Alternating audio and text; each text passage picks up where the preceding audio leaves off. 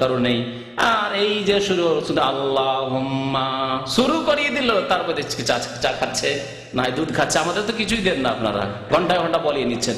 চা দুধ রাখা আছে, মাশাআল্লাহ, চা দুধ খাচ্ছে, আল্লাহুম্মা দিয়ে দিল। আর লোকেরা একেবারে ঝুঁকে ঝুঁকে পড়তে আছে, আর এদিকে ওর চা পানি খাওয়া হচ্ছে, একটু রেস্ট করা হচ্ছে, তারপরে কিছু চিন্তা করতে হলে আর কি বলবো তাও চিন্তাও করা হচ্ছে, কারণ আমরা তো বক্তা ভালো করে বুঝি। হ্যাঁ, তো চিন্তা করা হলে চিন্তা করার সুযোগ আছে। আরে বলতে আছে, না পানি না চা না চিন্তা করার সময়, কোনো সময়ই দেন না আপনারা। তো এই দুরুদ সালামের বিদাতি তরিকায় দুরুদ সালাম। ওয়াজ মাহফিলের দুরুদ আলাদা, আর মিলাদ মাহফিলের দুরুদ আলাদা। জি, জুমার দিনের জুমার নামাজের পরে দুরুদ আলাদা। আবার আজানের মধ্যে আসসালাতু আসসালামু আলাইকা ইয়া রাসূলুল্লাহ আজকাল শুরু হয়েছে বিভিন্ন মসজিদে, ভারত বাংলাদেশে পড়ে না, আসসালাতু আসসালামু আলাইকা ইয়া রাসূলুল্লাহ, আসসালাতু আসসালামু আলাইকা ইয়া নবী আল্লাহ, আসসালাতু আসসালামু আলাইকা ইয়া খায়রা খালকিল্লাহ। এগুলো নতুন শুরু করেছে, যা কানে মাঝে মাঝে দেশে গেলে শুনতে পাওয়া যায় বিদাতীদের মসজিদ থেকে। কথার বিদাত হচ্ছে কোরআন এবং হাদিসের বিকৃতি। বিদাতীরা সমস্ত বিদাতকে সাব্যস্ত করার জন্য কোরআন এবং হাদিসের অর্থের বিকৃতি ঘটায়। শব্দের বিকৃতি ঘটাতে পারে না, কারণ আল্লাহ সুরক্ষিত করেছেন কোরআন এবং হাদিসকে তাদের এই জালেম হাত থেকে, কিন্তু তারা অর্থের বিকৃতি করে। এর বিভিন্ন উদাহরণ রয়েছে, সময় তো অল্প, না হলে এগুলোর উদাহরণ দেওয়া যেতে পারে, তবে বিভিন্ন আলোচনা ইনশাআল্লাহ তাআলা এই উদাহরণগুলি দেওয়া হবে। কোরআন আয়াতের বিকৃতি করে। আল্লাহ নবীর জীবদ্দশায় আল্লাহ পাক রব্বুল বলছেন যে ওয়ালাউ আন্নাহুম ইযযালামু আনফুসাহুম, যখন কেউ জুলম অত্যাচার করবে, গুনাহ করবে, পাপের কাজ করবে, জাউকা, আর যদি আপনার কাছে আসে, ফাস্তাগফিরুল্লাহ ওয়াস্তাগফার লাহুমুর রাসূল, আর তারা যদি আল্লাহর কাছে মার্জনা কামনা করে, আর রাসূলও তাদের জন্য যদি মার্জনা কামনা করে, লাওয়াজাদুল্লাহ তাওয়াবুর রহিম, তাহলে আল্লাহ পাক রব্বুল আলামিন তাদের তওবা কবুল করবেন এবং আল্লাহ তাদের গুনাহ খাতা মাফ করবেন, দয়া করবেন। আল্লাহ নবীর জামানার কথা বলা হয়েছে বিশেষ ঘটনার প্রেক্ষায় পটে, আর বিশেষ বিশেষ ঘটনার ক্ষেত্রে বলা হয়েছে এরকম ঘটনা ঘটেছিল, তখন বলছে এরা ভুল করেছে, এরা আসার আল্লাহ নবীর কাছে ভুল স্বীকার করুক এবং আল্লাহ নবীর কাছে দরখাস্ত, ইয়া রাসূলুল্লাহ আপনি আমাদের জন্য গুনাহ খাতা মাফের দোয়া করেন, আর আমরাও তওবা ইস্তেগফার করছি, তাহলে আল্লাহ মাফ করবেন। সোজা অর্থ এর। কিন্তু আল্লাহ নবীর ইন্তেকালের পরে কবর মাজার পন্থীরা বলে যে না, এখন আল্লাহ নবীর কবরের কাছে যেতে হবে, আর যাওয়ার পরে বলতে হবে ইয়া রাসূলুল্লাহ আমি ভুল করেছি, জিনা করেছি ইয়া রাসূলুল্লাহ, আমি চুরি করেছি, ডাকাতি করেছি ইয়া রাসূলুল্লাহ, আমি টাকা পয়সা বেঈমানি করেছি, অনেকদিন নামাজ পড়িনি ইয়া রাসূলুল্লাহ, আমি আল্লাহর কাছে গুনাহ খাতার তওবা করছি, আপনি আল্লাহর কাছে আমার জন্য একটু মাফ চেয়ে দেন, আমার জন্য আল্লাহর কাছে একটু দোয়া করে দেন। কবরের কাছে যাইজ বলতে দেখলেন কোরআন আয়াত কেমন বিকৃতি করে। এই অর্থ 1400 বছরের মুফাসসিরিনে কিরাম তারা বুঝেননি। আল্লাহ নবী সাহাবারা আল্লাহ নবী ইন্তেকালের পরে এই কাজ করেননি, তাবেঈনরা করেননি। সেই যুগে ভুল ভ্রান্তি হতো না, কেউ কেউ কবরের কাছে গিয়েছে আর গিয়ে বলেছে ইয়া রাসূলুল্লাহ ভুল করেছি, আপনি আল্লাহর কাছে একটু আমার জন্য ক্ষমা চেয়ে দেন। কেউ বলেছে এই তরিকা আছে? নেই তরিকা ইসলামে। এগুলি হচ্ছে কথার বিদাত। কথার বিদাতের মধ্যে হচ্ছে উচ্চারণ করা নিয়ত। প্রত্যেক কর্মের ক্ষেত্রে, ইবাদতের ক্ষেত্রে উচ্চারিত নিয়ত করতে হয়, নিয়ত পড়তে হয় না। ভারত বাংলাদেশের অধিকাংশ মানুষরা নিয়ত কি করে? পড়ে, নিয়ত পড়ে। নিয়ত পড়া হচ্ছে কথার বিদাত, বাচনিক বিদাত। জোহরের নামাজ আবার ফরজ নামাজ, তাই বলতে হবে নামাইতু আন উসাল্লিয়া লিল্লাহি তাআলা আরবা রাকাতিন সালাতাল যোহরে ফরিজাতান লিল্লাহি তাআলা মুতাওয়াজ্জিহান ইলাল কাবাতিশ শরীফা। আল্লাহু আকবার। কথার বিদাত আল্লাহ নবীও করেননি। এত নামাজ পড়েছেন তিনি, তা কোনো নামাজে তিনি নামাইতু পড়েননি। আর সাহাবায়ে কেরাম করেননি, খোলাফায়ে রাশিদিন করেননি, তাবেঈন করেননি, তাবা তাবেঈন করেননি, ইমাম আবু হানিফাও করেননি, ইমাম শাফি, মালিক, আহমদ কেউ করেননি।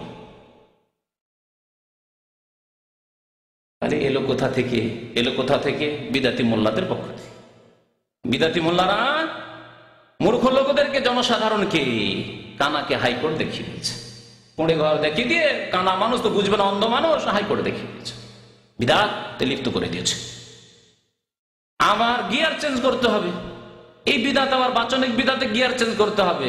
ফরজ নামাজে ফরিজাতান লিল্লাহ, আমি তো আরবি বুঝি, তাই গিয়ার চেঞ্জ করে দিলাম পট করে। আপনি তো ড্রাইভিং জানেন না, ইসলামের ড্রাইভিং জানেন। কোন জায়গায় বলতে হবে সুন্নাতান মুআক্কাদা লি রাসূলিল্লাহ সাল্লাল্লাহু আলাইহি ওয়াসাল্লাম, আবার কোন জায়গায় বলতে হবে সুন্নাতান গায়রে মুআক্কাদা বলতে হবে, কোন জায়গায় বলতে হবে নাফালান, কোন জায়গায় বলতে হবে তাহাজ্জুদান, কোন জায়গায় বলতে হবে সালাতুত তারাবিহ। এতগুলি গিয়ার, 2-4-5টা গিয়ার গাড়ির মধ্যে 4-5টা গিয়ার থাকলে না মুখস্থ করা যায়। এত গিয়ার কেমন করে চেঞ্জ করবেন আপনি? মহা মুশকিল ফেলে দিয়েছে মুসলিম উম্মতকে বিদাতিরা। জি, রোজার জন্য বলতো নামাই তো আনাসুমা গাদান লাকা মিন শাহরি রমাদান। মিন শাহরি রমাদান আমি না হয় আরবি বুঝলাম, এখন শাওয়াল মাসে 6 রোজা রাখবো, তো কি বলতে হবে? আপনার ক্ষমতা আছে? কয়জন লোক এখানে বলবেন? তাহলে এখানে যে গিয়ার চেঞ্জ করতে হবে, নামাই তো আনাসুমা গাদান সিত্তাম মিন শাওয়াল, গিয়ার চেঞ্জ করতে হলো। আবার সোমবারে যদি সোমবারে নিয়ত রোজা রাখি, নামাই তো আনাসুমা গাদান লিয়াউমিস ইসনা লিয়াউমিল খামিস, মুশকিল। তারপর যদি কাজা হয়, কাজা অনেকের বাকি আছে, মহিলা মা বোনদের বাকি আছে, অনেকের রোজা বাকি আছে, বা পুরুষ লোকদের বাকি থাকতে পারে। নামায় তা নাসুমা কাদান কাজা আনলে শাহরে রমাদান। মা বোনরা কি করে, বাঙালি মা বোনরা, উর্দু ভাষীরা, কেরালা ভাষীরা কি করে বলবে? এই গিয়ার চেঞ্জ করবে কি করে? মুশকিল। কত বিপদে ফেলেছে মুসলিম জাতিকে বিদাতিরা। কথার বিদাত দেখছেন, কথার বিদাত। হজ করলে আল্লাহুম্মা ইন্নী নাওয়াইতুল হাজ্জা ওয়াল উমরাতা ফায়াসসিরহু লি ওয়া তাকাব্বালহু মিন্নি, সব কি করে বলবে? আছে কোথায় ইসলামে? আছে? নেই, কোথাও নেই। এগুলো বিদাত। আমলের ক্ষেত্রে বিদাত, কয়েকটি বিদাত উল্লেখ করি। আমলের ক্ষেত্রে বিদাত হচ্ছে কবর পাকা করা। কবর পাকা না করলে কবরে সেজদা হতো না। কাঁচা কবরে সেজদা কোনোদিন হয় না, আর হবে না। কবর পাকা করা নবী করিম সাল্লাল্লাহু আলাইহি ওয়াসাল্লাম হারাম করেছেন, নিষেধ করেছেন। নাহা রাসূলুল্লাহ সাল্লাল্লাহু আলাইহি ওয়াসাল্লাম কবর, কবর পাকা করতে নিষেধ করেছেন নবী করিম সাল্লাল্লাহু আলাইহি ওয়াসাল্লাম। জি, নবীর বিরোধিতা করে ওমাইয়ুশাকিকির রাসূল, আগে শুরুতে আয়াত পাঠ করেছে, নবীর বিরোধিতা যারা করলো তারা কোথায় যাবে? নুসলিহে জাহান্নামে, জাহান্নামে যাবে। কবর পাকা যারা করেছে, করিয়েছে, এর পেছনে যারা ইন্ধন জুগিয়েছে, নুসলিহে জাহান্নাম ওয়া সাআত মাসির, আল্লাহ পাক রব্বুল আলামিন বলেছেন। কবর পাকা করা এই আমল হচ্ছে শিরকের দিকে উম্মতকে ঠেলে দেওয়া। কবরের উপর ঘর নির্মাণ করা, গম্বুজ তৈরি করা। কবরের ওপর যে তৈরি আছে, ঘর তৈরি আছে, তাকে এত সাজসজ্জিত করা হয়, এবং ভারত, পাকিস্তান, বাংলাদেশ এসব দেশগুলিতে সরকারের বাজেট পাস হয়। মসজিদের জন্য হয়তো বাজেট হয় না, কিন্তু মাজারের জন্য অবশ্যই বাজেট হয়। মসজিদ ভেঙে দিতে পারে, কিন্তু কোন স্টেশনে, বাস স্ট্যান্ডে, কোন জায়গায় যদি মাজার পড়ে যায় পাকা কবর, তা ভাঙা চলবে না, তা ভাঙা যাবে না। কারণ জনসাধারণের কাছে ভোট নিতে হবে, আর জনসাধারণ সব কবর পূজারী, মুশরিক, সুতরাং তাদের মনকে জয় করতে হবে।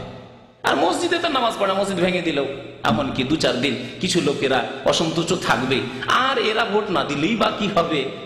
কারণ এদের সংখ্যা কম, নামাজীদের সংখ্যা কম, আর কবর পূজারীদের সংখ্যা সবচেয়ে বেশি, কবর ভক্ত, পীর ভক্তদের সংখ্যা সবচেয়ে বেশি।